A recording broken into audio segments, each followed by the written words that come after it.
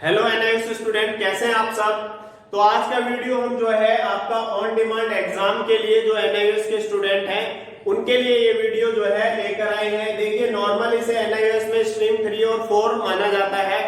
तो आज हम इसके सारे डाउट आपके क्लियर कर देंगे कि एडमिशन कौन ले सकता है, डेट शीट इसकी कैसे आती है, एडमिट कार्ड हॉल टिकट जो है आपका कैसे जनरेट होता है, थ्योरी प्रैक्टिकल एग्जाम कब होंगे, रिजल्ट कब होगी मार्कशीट का।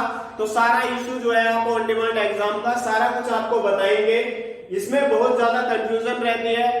देखिए स्ट्रीम 3 10th क्लास को और जो स्ट्रीम 4 है ये 12th क्लास के लिए यूज किया जाता है। तो एडमिशन कौन कौन ले सकता है, देखिए नॉर्मली आपने देखा होगा सीबीएसई अदर बोर्ड से अगर कोई स्टूडेंट जो है एक या दो सब्जेक्ट में फेल हो जाता है तो क्या होगा कि वो क्या करता है, उन्हीं एक दो सब्जेक्ट के पेपर देके एनआईएस से क्या कर सकता है, पास हो सकता है। और मात्र 2 महीने में क्या हो जाते हैं, वो पास हो जाते हैं और उनका साल क्या हो जाता है, बच जाता है। अब हम दूसरा जो है लेके चलते हैं कि मान लिया एनआईएस का कोई स्टूडेंट है जो पहले से एनआईएस में एग्जाम दे चुका है, अगर वो एक दो सब्जेक्ट में अटका हुआ है वो भी साल बचाने के लिए क्या कर सकता है, वो एक दो सब्जेक्टों के ऑन डिमांड, जस्ट लाइक आप इस वर्ड को यूज कर सकते हो जैसे कंपार्टमेंट आती है। तो इस तरीके से आप क्या कर सकते हो, इसको जो एनआईएस बोर्ड से है अगर आप एक दो सब्जेक्ट में रह गए हैं वो स्टूडेंट उन्हीं एग्जाम्स को देकर क्या कर सकते हैं, पास कर सकते हैं, जस्ट लाइक सीबीएसई और अदर बोर्ड से। तो ये तो खुद ही एनआईएस के स्टूडेंट है।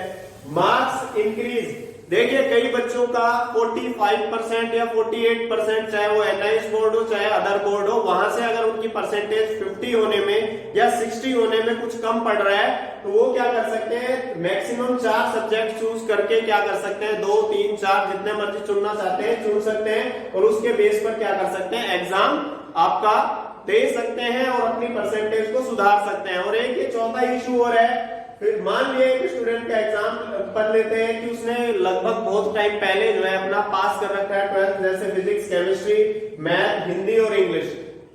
अब क्या करता है कि उसको बायोलॉजी की जरूरत पड़ रही है कहीं पर, तो वो क्या करेगा कि उसे दोबारा से 12th करने की जरूरत नहीं है क्योंकि वो डिग्री इनवैलिड हो जाएगी। तो उस बच्चे को क्या करना पड़ेगा, एनआईएस में स्ट्रीम 4 में जो है केवल एडमिशन लेके बायोलॉजी का एग्जाम देकर वो क्या कर सकता है, पास हो सकता है और मार्कशीट ले सकता है। तो अब आप ये देखिए इसमें एडमिशन कब चलता है, देखिए पूरे साल एनआईएस में एडमिशन चलता है, बस मार्च अप्रैल में नहीं होता है और अक्टूबर और नवंबर में एडमिशन नहीं होता है। बाकी आप पूरे साल कभी भी एग्जाम दे सकते हो, किसी भी मंथ में एग्जाम दे सकते हो। तो देखिए जब आप कभी भी अपने आप ही सब कुछ डिसाइड कर रहे हो तो डेट शीट भी आप अपनी मर्जी से क्या है बनाएंगे। होता क्या है इसके ऑन डिमांड के अंदर कि मान लिया मैं मई का एग्जांपल ले लेता हूँ कि मई के मंथ में क्या है, जैसे आप मैथ का पेपर देना चाहते हो उसकी 2 या 3 डेट होंगी। मान लिया जी 5 को हो सकती है, 10 को हो सकती है, 17 को हो सकती है। तो आपकी मर्जी है, वो आपके डैशबोर्ड पे जब आप एडमिशन लेंगे आपको पता होगा, आप जिस डेट पे कंफर्टेबल हो आप उसको चूज कर सकते हो। ये नहीं है कि मैथ की जी पूरे ऑन डिमांड में 2-3 महीने में एक बार ही डेट आएगी। तो आप क्या कर सकते हो, 2 3 4 ऑप्शंस में से उस डेट को चुन सकते हो जो जहां पर आप एग्जाम देना चाहते हो। तो ये क्या है आपका कि एक सब्जेक्ट की मल्टी डेट्स होती है। इसका मतलब क्या होता है कि आप अपनी मर्जी से किसी भी डेट को क्या कर सकते हो, चूज कर सकते हो, एग्जाम दे सकते हो।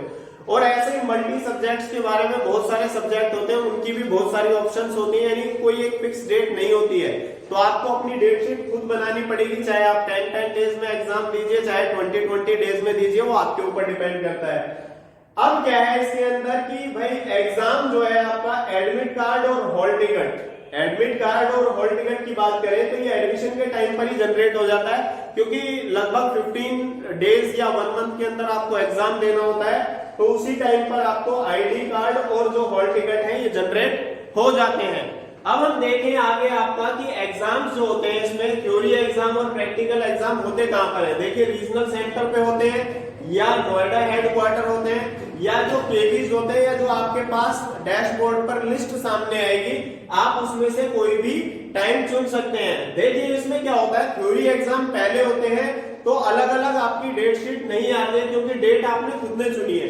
तो प्रैक्टिकल जो एग्जाम्स होते हैं, प्रैक्टिकल के जो एग्जाम होते हैं वो जिस दिन आप थ्योरी एग्जाम दे के आओगे वहीं पर आपको एग्जामिनर या जो टीचर होंगे वो बता देंगे कि आपके जो प्रैक्टिकल एग्जाम्स है उस सब्जेक्ट के वो कब होंगे।